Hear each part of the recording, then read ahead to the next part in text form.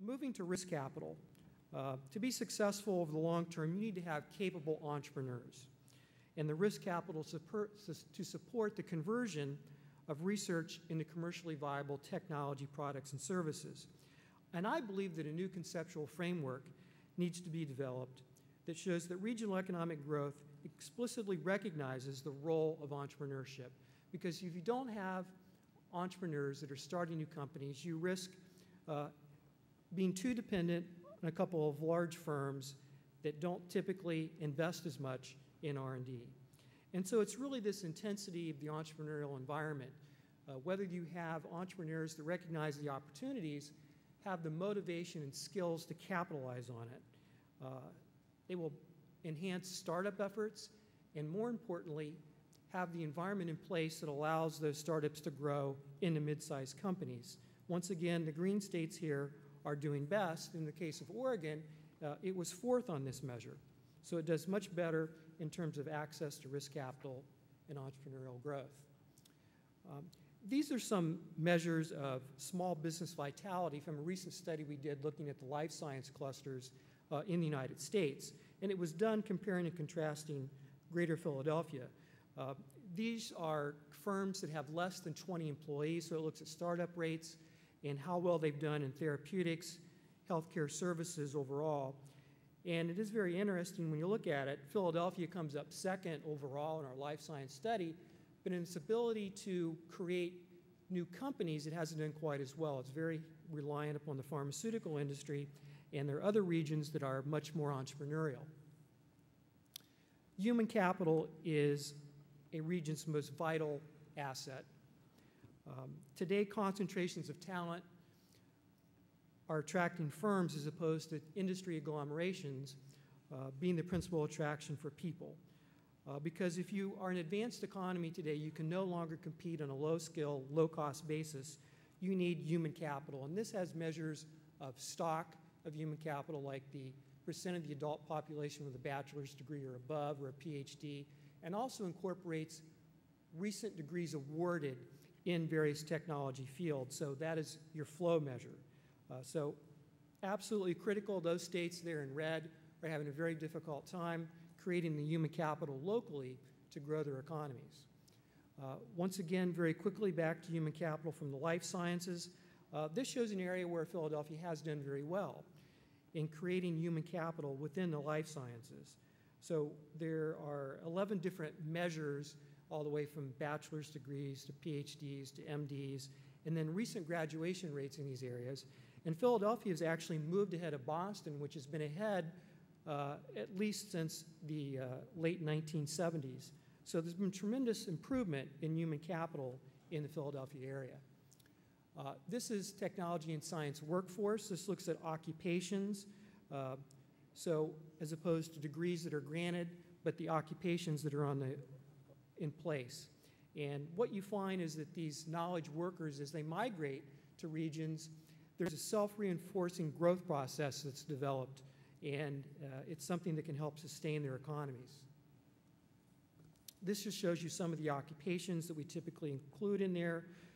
They're basically split out by computer and information sciences, life and physical sciences, as well as engineering. In total, there are 18 different measures.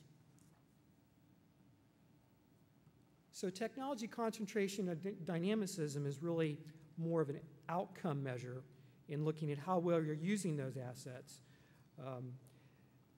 I would say that the keys to regional economic prosperity are really dependent upon the ecosystems that sustain that growth. You have to have new companies being started, grown, that eventually become dominant technology players. This is from a study we did a couple of years ago called Mind to Market, where we looked at commercialization out of universities around the world in biotechnology. And we looked at over 400 universities and looked at them from the quality of research that's performed in terms of papers and citations, patents that are granted, and then the commercialization rate, new startup companies, license executed, licensing income, those types of measures. And what you find is that the U.S. does dominate, U.S. universities dominate in the biotechnology field, but there's some measures on their universities you typically wouldn't think of, such as Hebrew University of Jerusalem, which is 12th in the world, Tel Aviv University 21st, the University of Melbourne. So what we're talking about as biotech is becoming much more global, there's a lot more competition for the United States. Now this shows the outcomes of all those different measures in terms of state technology and science. And it shows that Massachusetts is actually number 1, second is Maryland, third is now Colorado, and unfortunately where I reside, California slipped to 4th. Looking on a per capita basis, certainly on an absolute basis, it's still number 1, but we find that the state has slipped in recent years. This is from the study that we have released today. It really looks at the business ecosystems around North America, and of course, Silicon Valley, otherwise known as the San Jose metro area, still is the dominant high-tech cluster in North America and the dominant high-tech cluster in the world. Its business ecosystem is unparalleled in spawning new entrepreneurial firms that create new products, new services, entire new industries. And it sustains those anchor firms that are critically important. It has unrivaled capacity to absorb intellectual property that's created locally and to steal the best of it from any place else in the world to commercialize it locally. Seattle actually has come up to second place on that measure. From a decade ago, Seattle was about 5th or 6th. Cambridge, part of the Boston metro area, comes up 3rd. Los Angeles, Washington, Dallas are in the top 10. 5 out of the top 10 high-tech metros in the country, in North America in fact, are in California. Now Toronto has moved up dramatically in recent years. It is now 15th in North America. Montreal is also in the top 20, and Baja California actually has a higher concentration of electronic components and semiconductor manufacturing than Silicon Valley today.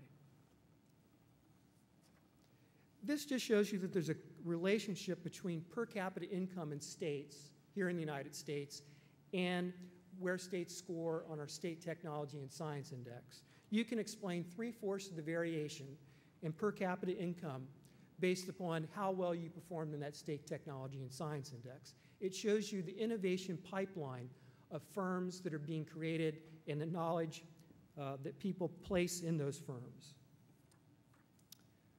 We also do an annual ranking of best performing cities, and what I thought I would share with you are the top 5 performers, because they're all technology centers that have been leading growth within the United States over the past few years. And Provo-Orem is first. This shows you their high-tech employment in the 2000 period through 2007 relative to the U.S. overall.